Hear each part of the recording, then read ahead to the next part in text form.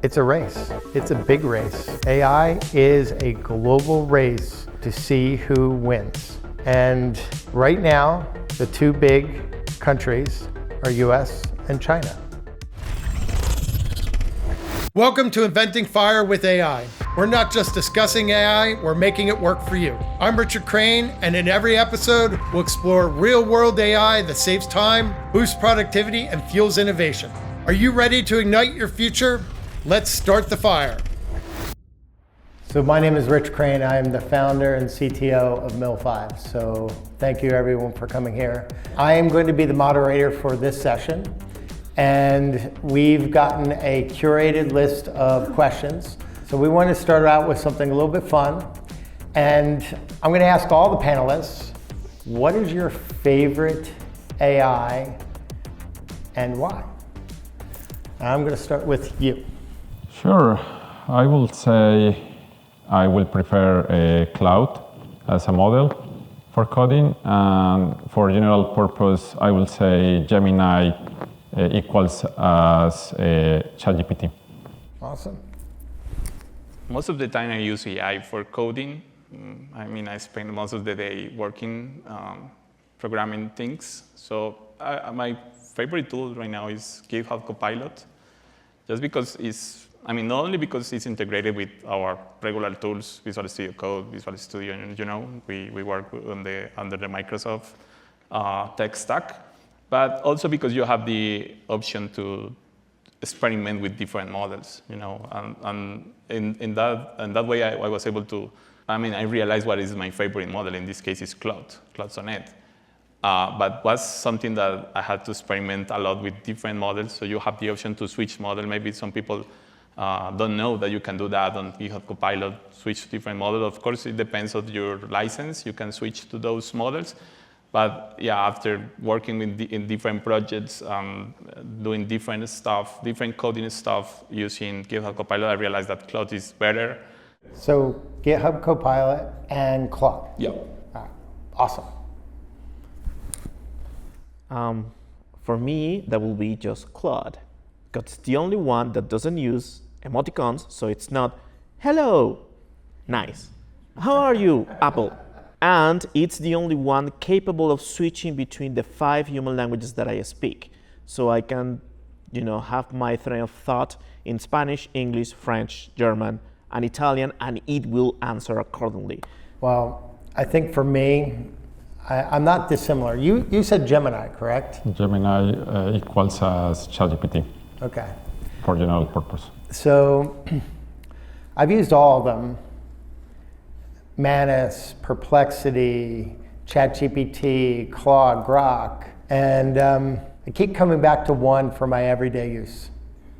And it's one everybody knows, ChatGPT, all day long. But it is not the best at everything. And like these gentlemen here, they've said Claude. I've been using Claude for coding. It's interesting. I do use Visual Studio Code in the GitHub, the GitHub Copilot extension. The big thing I try to use, which is kind of interesting, is I like to create apps with a single prompt. And I like to create HTML single page apps. And I try to do that within any of the web browser UIs. And I do it across many of them. But right now, I would say I did one recently where I tried to create a little application that I wanted to build. I put in ChatGPT, put in Claude, put in Grok, put in a couple others. And Claude is just awesome. I think it's awesome because it doesn't do images. So it focuses on just one thing. Yeah, they did make an announcement not too long ago that they really wanted to be focused on the best coding platform. But you know what? So does Elon, right? Elon, they're supposed to come out with the coding agent for Grok. He said it like a month ago, but he hasn't come out with it. But we'll see. I think as we go through these questions, we'll see how much coding these AIs can and can't do. But one of the things that we do or used to do potentially in the past was use search engines. And the number one search engine on the planet, Google. Probably the number two search engine on the planet, Bing. And you know what? The question was asked, do you use search engines anymore? And for me, the answer is pretty much no, right? I am not using search engines anymore, which begs the question, and we're experiencing this even at Mill5, where there are products out there that rely on search engines, especially for sales and marketing and things like that. Begs the question, are these products even useful anymore? But the question is search engines even useful anymore? And I don't know the answer to that at this moment in time. All I know is I'm not using them, and I'm finding that the AIs are more useful. What do you think? Well, I actually wrote an essay on that, and I called it Escape from Google. And it's a series of essays where I explore my journey while I have been trying to get rid of all the big tech products and find smaller, more focused ones. And the first one is, of course, Escape from Google. So I do not use Google Search anymore, I use Kagi. Kagi, for those who do not know, is a search engine that is just that, a search engine. It's not biased towards SEO, nothing, it searches, and that's it. And since it's paid, yes, I pay for search, don't judge me, it's really good because it uses its own indexes, and it's really, really useful. If you search for something, usually the first result is the correct one without bias, and you know that usually that website should be written by a human being. So I use Kagi, I do not use AIs for search yet. I have found that the way that I speak and I write really clashes with them, so Kagi is for me, and I suggest every one of you to give it a try. It has 100 searches free, I promise you it's enough to test it out. What do you say about those people that say, well, I use AI and I type in what I would type in a search engine and I get the result I want right away, right? What do you say to that? I cannot say anything because that's pretty much what happens. The thing is that the curve of the exactitude that sometimes we need, it's so flawed that it might give you the wrong answer while being certain that that's the one. So that's what I'm afraid of. And until that uncertainty goes closer to zero, maybe I will try and explore it. But for now, I'm just Kagi all in. Well, let me start, and maybe some of you will want to chime in. First off, I can honestly say everything you just said, none of the AIs will do everything. Okay. In fact, I was commenting with these guys, I think it was yesterday, about an application I was vibe coding with AI, and it embedded the secrets in the code. Do never, ever do that. And I said, why the heck did you do that?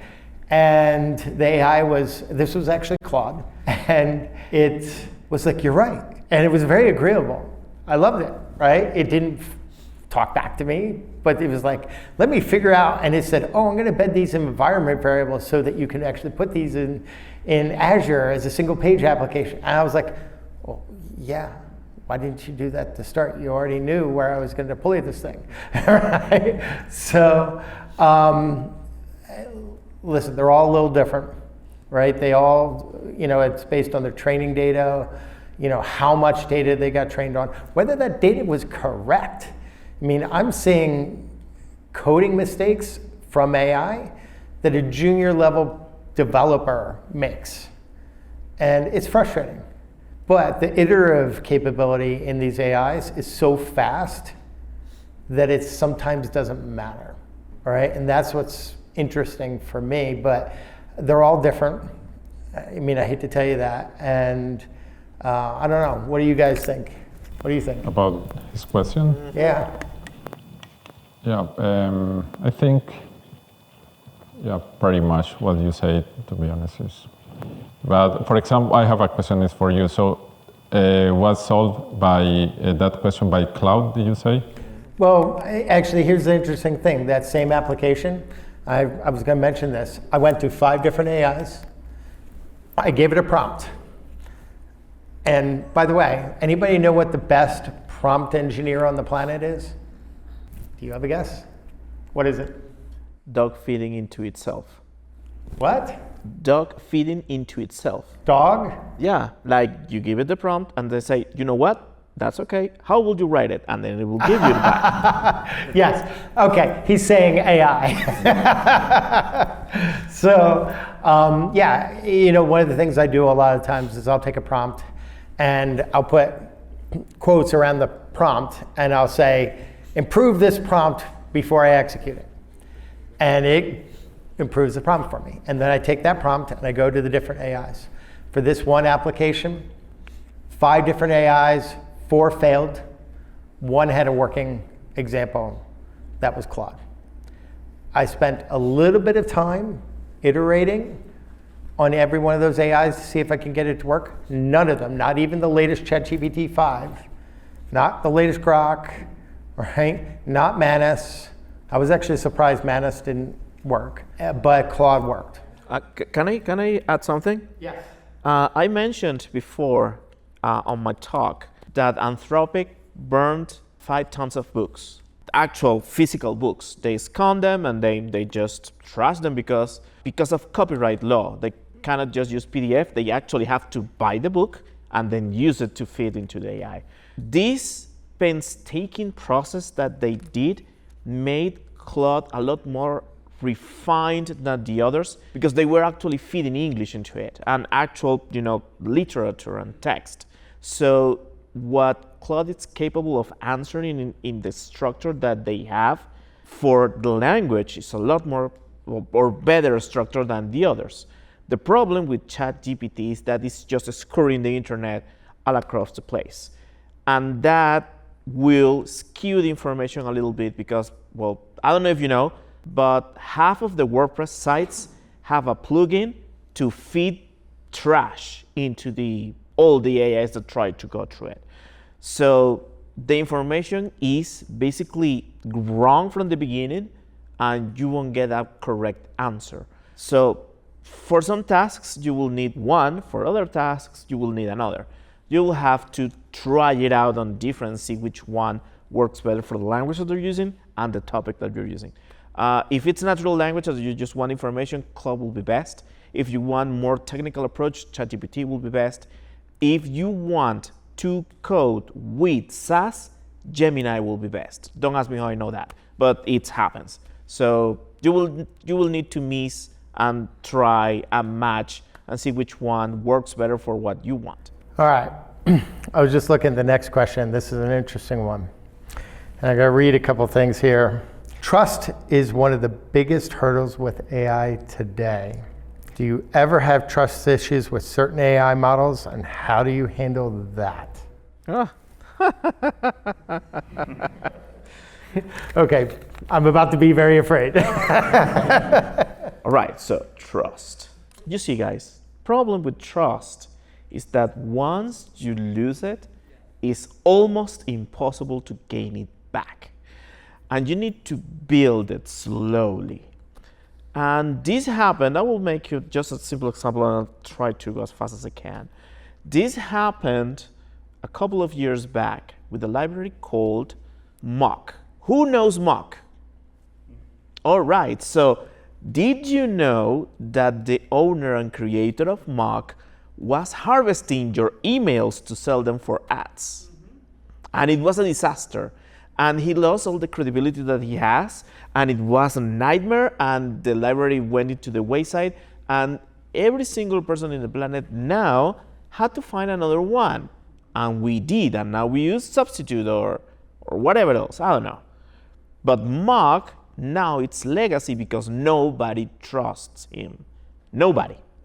Now, this is a really simple example of just a library of some human being that did something just to get a little bit more cash into their pockets. Now imagine if you have a critical path thing and you try to fix it with an AI, and it catastrophically fails and just sends everything into the wayside. How could you possibly trust that AI ever again? No matter how technical or how sophisticated it gets, you won't. You will just make the cross, and this is the rendition that you have, and that's it. So this will happen a lot. Some people will have really bad experiences and will just cross it away and will not touch it again. Some people will have very good experiences and will try to evangelize everyone else. So the thing is, how do we find the balance for that? How we, as humans that are able to think and be reasonable, can trust a machine that cannot? And that's a philosophical question that we need some beers to answer. And I will say, be wary. Do not trust absolutely and completely. Check everything that it does. And we are all professional, and we all know what we are doing. If you see something that stinks, it probably stinks. Trust is a big deal with AI, and I just watched something from Sam Altman recently, and he basically said that people are typing in everything and anything about their lives into the AIs, like relationship advice, health issues, their deepest, darkest secrets. And he was basically like, don't they understand that this information is public and not private? I mean, that's the first thing I think is interesting, is you have to take certain things with a grain of salt. I mean, I give AI a lot of information about me. Do I use it for relationship advice? Sure. Do I use it for health issues? Sure. Does it know those things about me? Interesting enough, if I asked it a year ago and I said, I'm a type 2 diabetic, if I said, do you know that I'm a type 2 diabetic? It would say no. And now I ask it a question, and it has nothing to do with diabetes, but then it's like, I asked it for a recipe. I said, hey, I like this recipe here. And it actually said, you sure you want to eat that? You're a type 2 diabetic. All right. Now it knows. All right. And I'm sitting there thinking, wow. It responded with information about me. And listen, unless the AI is private, hosted somewhere on a server that you have full control over, you have to be skeptical. But there's also other things like bias, right? I mean, that's the big thing that Elon talks about. It's like, don't limit the data, don't do anything, forget this, forget that. I'm just give it all to the AI and let AI figure it out. I don't know if that's the right answer, right? You know, then there's AIs out there that say, hey, we need to make sure that it, you know, has guardrails and things like that. Again, don't know if that's the right answer. But you also have to take into account things like ChatGPT versus, say, DeepSeek. You know, everything I've talked to you about right now is privacy issues, but what about nation state issues? Which leads us into our next question. It's a race. It's a big race. AI is a global race to see who wins. And right now, the two big countries are US and China. So I'm curious, who do you think is going to win and why? All right, we're going to start with you. I mean, it's a tricky question, of course. It's a tough race, definitely. I would say that maybe US has the advantage in some way, just because, I mean, we know all the big tech companies are in US. Maybe there is more investment in those companies right now, and maybe that could help to allow them to win the race in some way. But in the other hand, you have a big country with a lot of people, one of the most populated countries in the world, So yeah, maybe that could get another advantage about people, about talent. I don't know, I'm 60-40 for US, something like that. Yeah.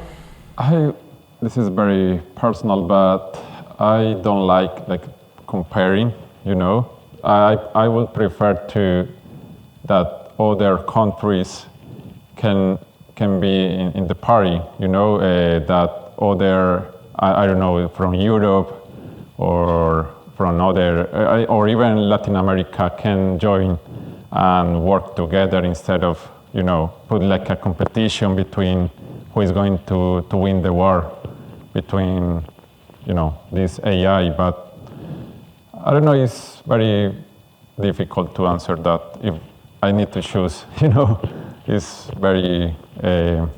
So you're saying it's just, you're hoping that we'll find a way where it isn't US versus China, that it's just everybody in it for everybody. Working together. Awesome. I have two conditions for this arms race.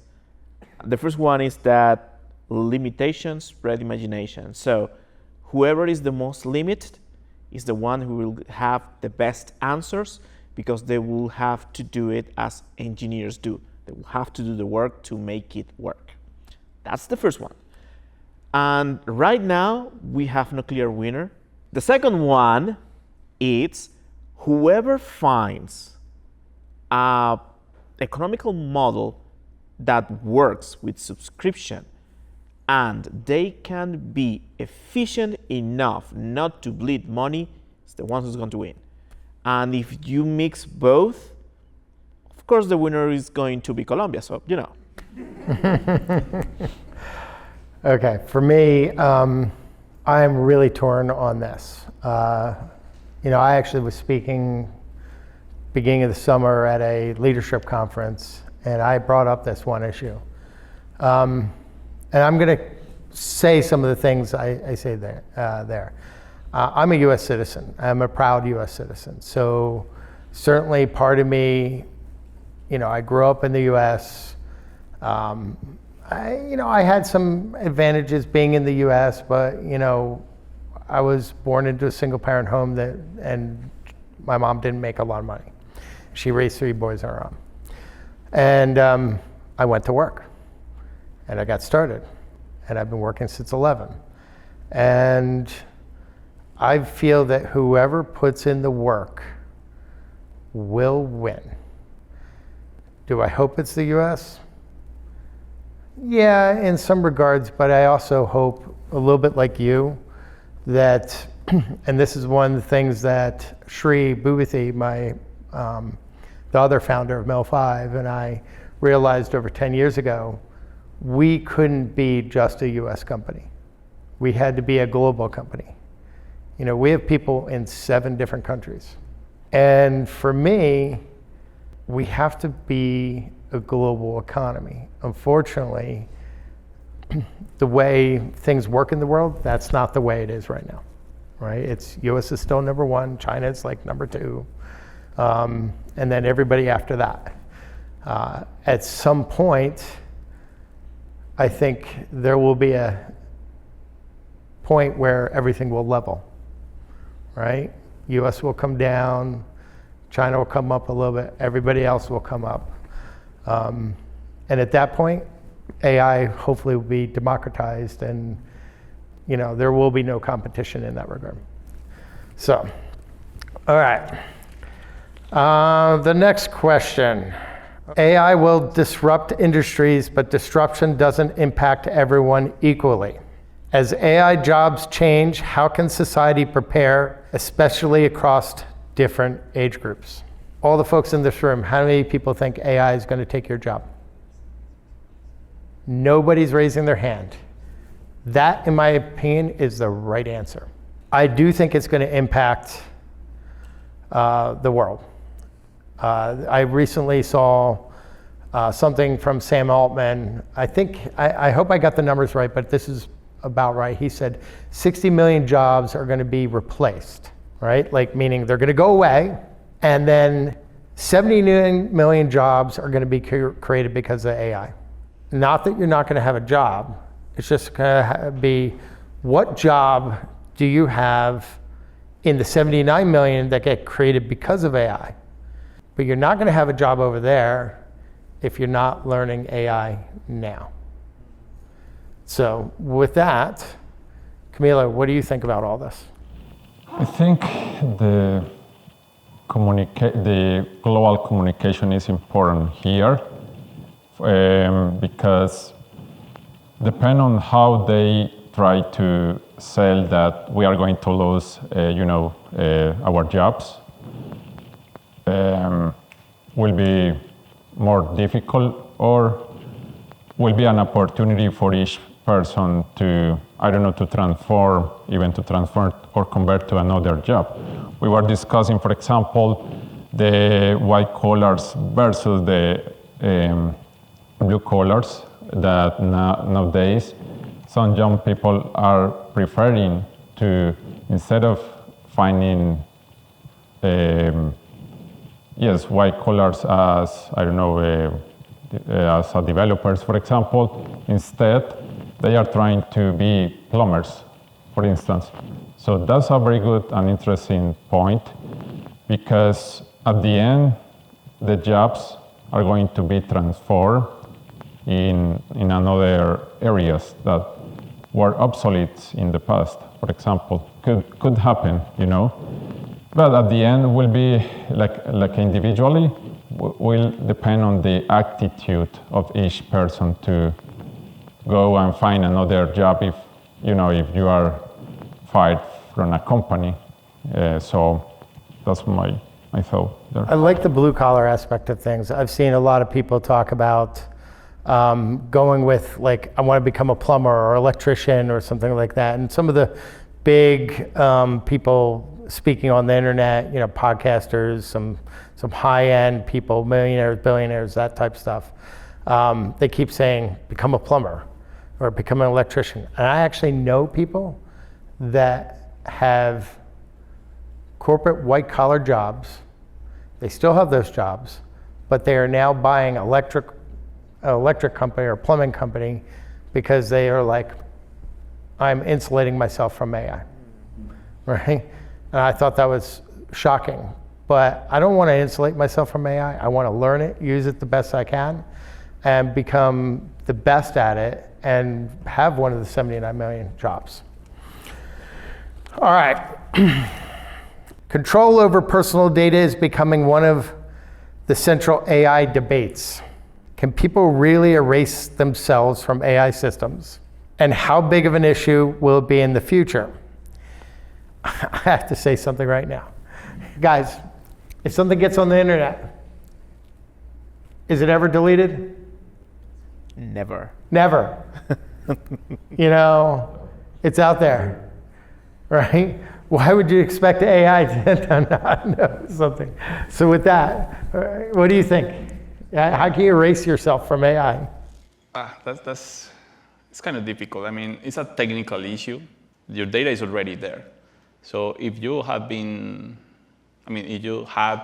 bad habits with your data, let's say you have your Facebook profile open, things like that, you have your Twitter open, Twitter is open, it's a bad example. Instagram open, right, without privacy, your data is there. And most likely, those models that search the web, scrub the web, will get your data there. The example that Lucho just mentioned about the phone numbers of Congress people in Argentina. So if you had bad habits, you're sure your data is there in any of those models. And it's a technical issue because it's the training data that those companies use to train the models. So they cannot get rid of that data easily, unless, a political or a global policy or something like, something from government forced to do that. And the way that I can see maybe you can get erased from the data is in the output side of things. I mean, the data is there. The model knows your data in some way, or at least is able to provide an output with your data. But one thing that maybe companies can do is try to provide some safeguards or something in the output to identify that data and maybe don't answer that data, don't put the data in an answer. But as I mentioned at the beginning, it's a technical issue, in my opinion. Lucho? Oh no, you're screwed. That's forever there. There is no way to take it out. Because the problem is not what you input, it's what other people input about you. So say, I know that I have not input a single personal thing on any AI in the past 5 years. And I know that for a fact because I'm paranoid. But I do not know if the secretary at college, when she was doing the spreadsheet of the professors, put my number, my name, and my email, and now it's floating forever in the miasma that is the internet. So no, there's no way. So whatever you don't want there, just don't say it. As I said, if you won't tell that to the FBI, don't tell it to the AI. And Ladian. Say what? Ladian as well. La DIAN es el coco de los adultos. That's the boogeyman. Okay, this next one's for you, Camilo, and we got 2 questions after this, so we're almost done. AI often feels tied to the cloud, but is that always the case? Do you need the internet to use AI, or will offline models become common?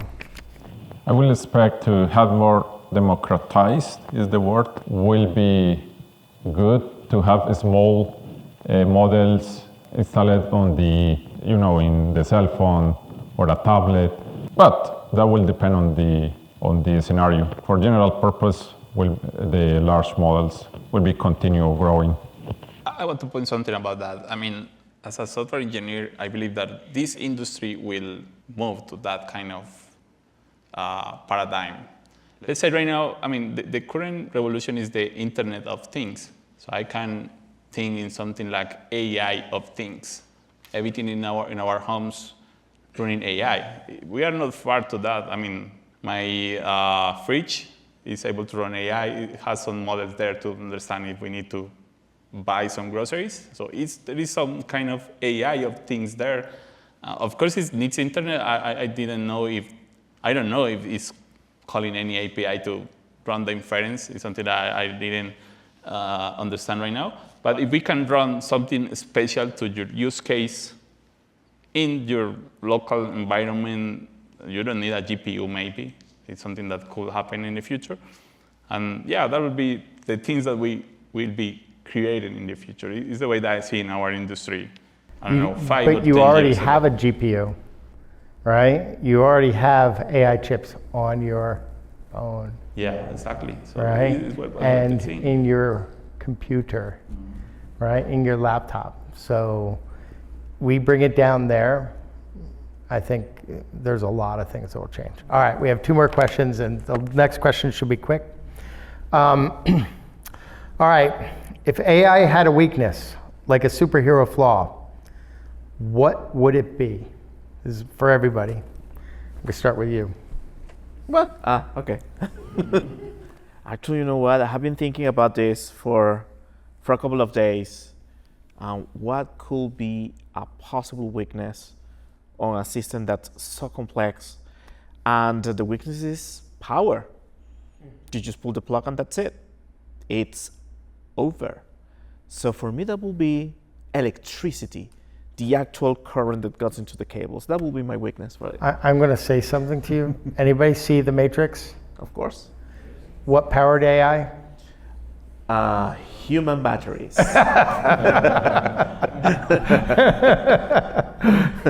All right. Okay, I will say data. The data is the, I mean, I don't know if you have seen those memes saying that if you put cheat in your input, you are going to get cheat in your output, of course. But yeah, I mean, right now, we talk about that in this panel. Those models have been training using the internet data. with the exception of cloud using books.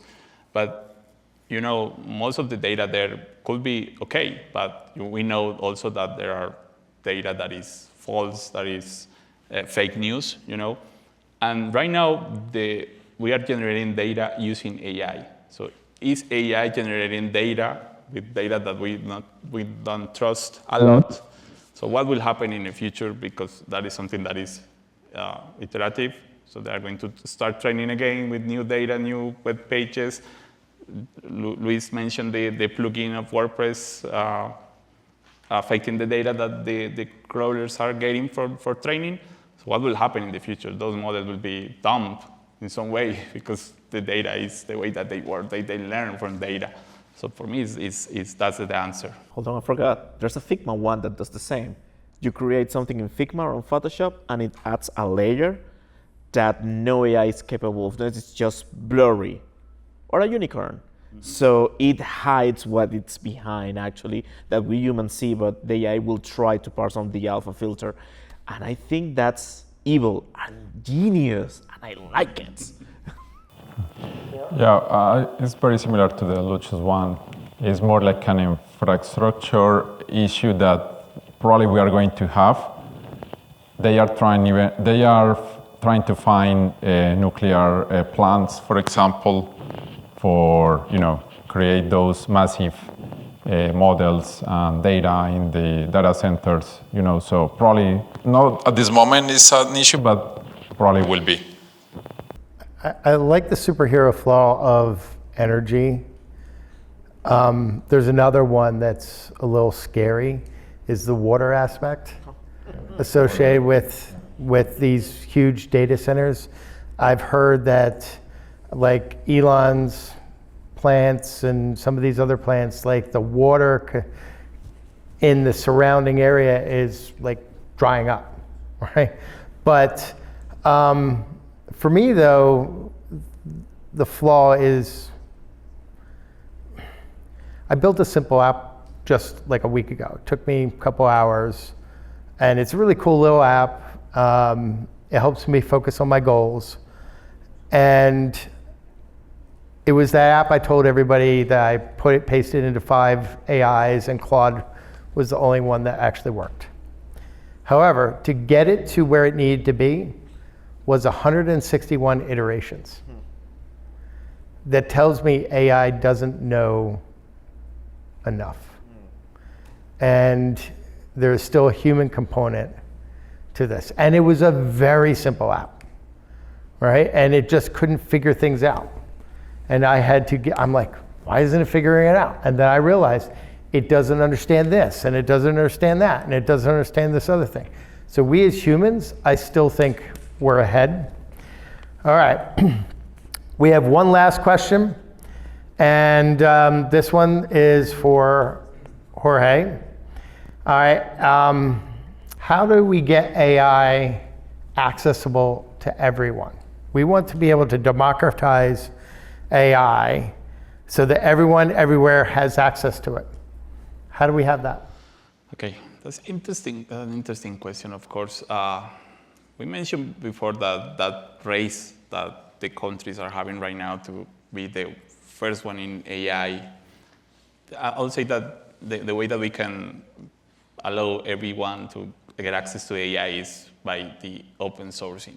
Remember when Meta released the Llama model, they had to release as open source just because someone leaked the model in the dark web. I believe at that moment something happened in the community. People start playing around with the AI, creating different kind of models, kind of techniques to fine-tuning and things like that. But that only happened when something was open. OpenAI just released a couple of open source models that I would say is the way that we can democratize the use of AI. The other thing I can think is something that you asked before about accessing internet. If we can get rid of that access for internet, they can run in a farm, in a place that we don't have access to internet. So that is something also important. And yeah, it's the way that I'm seeing that we can involve people, but of course we need community effort. We need to be more, those big companies need to be more open to allow people to, grow with the models and create good stuff, is the way that I see it. We've seen some changes in some of these platform companies. Google, the one that wrote the original paper for these LLMs, they were like non-existent in this race until recently, okay? Shocking. ChatGPT took what they did and are the de facto leaders. Google is pretty much giving away Gemini for free. Why? Capture market share, capture mindset. What's interesting is, I think for these platform companies like Microsoft and ChatGPT and Grok and XAI and all this other stuff, Claude and Anthropic, but these world models, I think it's a race to the bottom. The only entities or organizations that can do this are some of the biggest companies on the planet.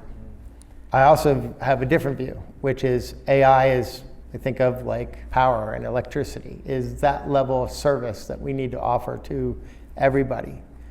But if you do that, governments come along. In fact, I was on a train back from New York City a couple months back, and I just happened to be sitting next to somebody from the UN who was at a meeting on regulating AI. So I think there are two things that are gonna happen. Number one, government's gonna step in and say, we need AI for everybody. They're gonna force the platform companies to make sure that that happens. And then there's only gonna be a couple players at the table because it's so expensive, right, to do these things that there's only a few players that can do it. All right, with that, I wanna thank everybody here on the panel for taking the time out today. I wanna thank you for coming out. Thanks for tuning in to Inventing Fire with AI. If you're ready to harness AI's full potential, subscribe and stay with us. Let's keep building, automating, and innovating together. I'm Richard Crane. Let's keep the fire burning.